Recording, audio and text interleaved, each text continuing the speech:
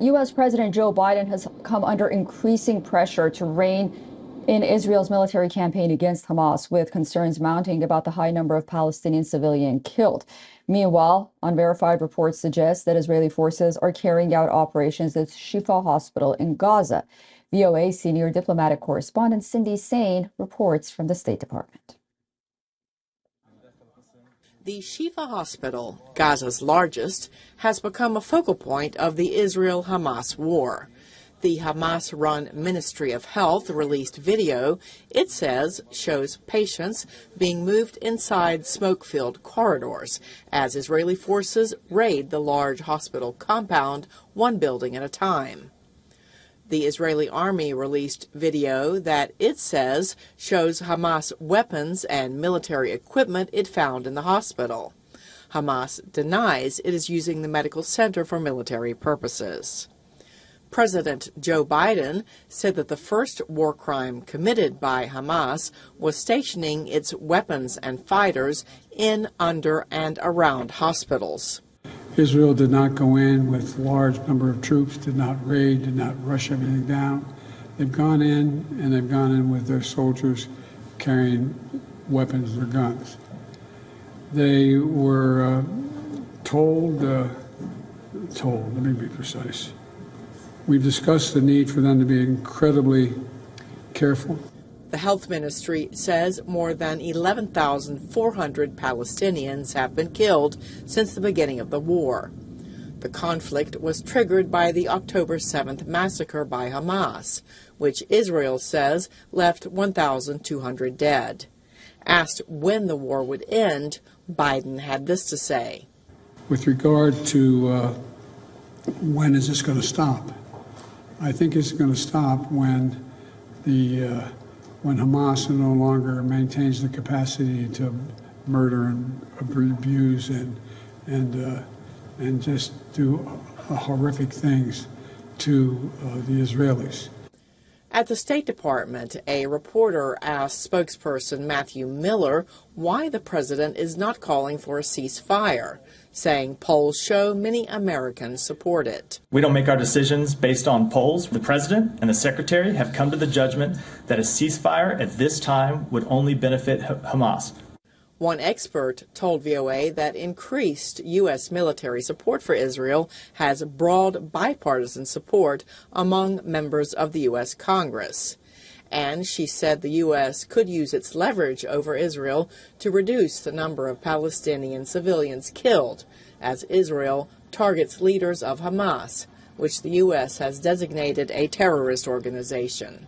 For example, one of the things that we've heard over and over again is that U.S. officials are recommending that Israel use smaller bombs that have a smaller impact on collateral damage. Collateral damage is civilians, includes civilians. Israel ordered Palestinians to leave 4 towns in southern Gaza on Thursday, raising concerns of a possible expansion of the war into areas that Palestinians from the north had fled to for safety in recent weeks. Cindy Sain, VOA News, the State Department.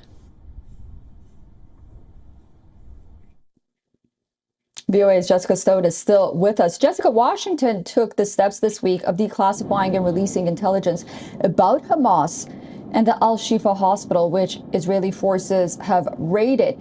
Can you tell us about those intelligence findings? And is this information changing global opinion about Israel's raid on that hospital? Well, there's no precise way to measure that just yet, but that's certainly what's going on here, because it's a war crime to bomb a hospital, and it's a war crime to use a hospital or to use people as human shields. And so there's a real argument, an argument publicly about whether or not this raid was justified and whether or not some of the military activities around the hospital are justified. Hamas now calling for an independent review of the U.S. evidence, which was released this week. The White House taking this the step of saying that Hamas is using the hospital as a hub to direct operations. The Pentagon spokesperson also saying Hamas is storing weapons at the hospital and staging a response against Israeli forces from that hospital. And then we had the Israelis in just the last 24 hours release footage they say is of a tunnel underneath the hospital, or part of the hospital, and also a weapons cache. So this is really about violating the laws of war here, and the Israeli military saying it is still looking for evidence inside the hospital that's being used as an operation center.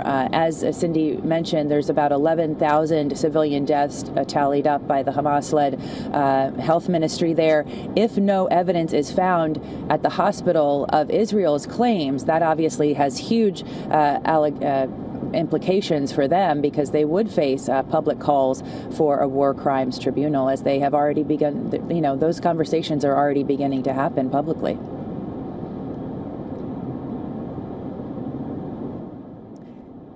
Well, Washington lawmakers have gone home for the upcoming Thanksgiving holiday. They've been discussing an aid package to Israel in Gaza. What happened with that? Yeah, lawmakers are now on a 2-week break, and Congress did pass funding, of course, to fund the U.S. government, but didn't have any aid in it for Israel or Ukraine. And a block of Republicans still opposing support to the Ukraine war effort. Reuters poll telling us that 41% of Americans do still support sending weapons to Ukraine. The same poll shows a softening of support, in fact, for Israel's war against Hamas. But the top Senate Democrat, Chuck Schumer, says as soon as they get back from this break, they are going to take up funding for Israel, funding for Ukraine. The problem is always the calendar at this time of year. There's only 12 days left in which both the House and the Senate are in before the end of the year, and that is not a ton of time for them to get this through, considering they've had weeks to do it and they haven't done so yet. Susan? Jessica Stode, VOA, joining us live from San Francisco, California. Jessica, thank you so much for that. Have a lovely weekend, and I hope you get some time to enjoy your time in the Bay Area over there. Thank you.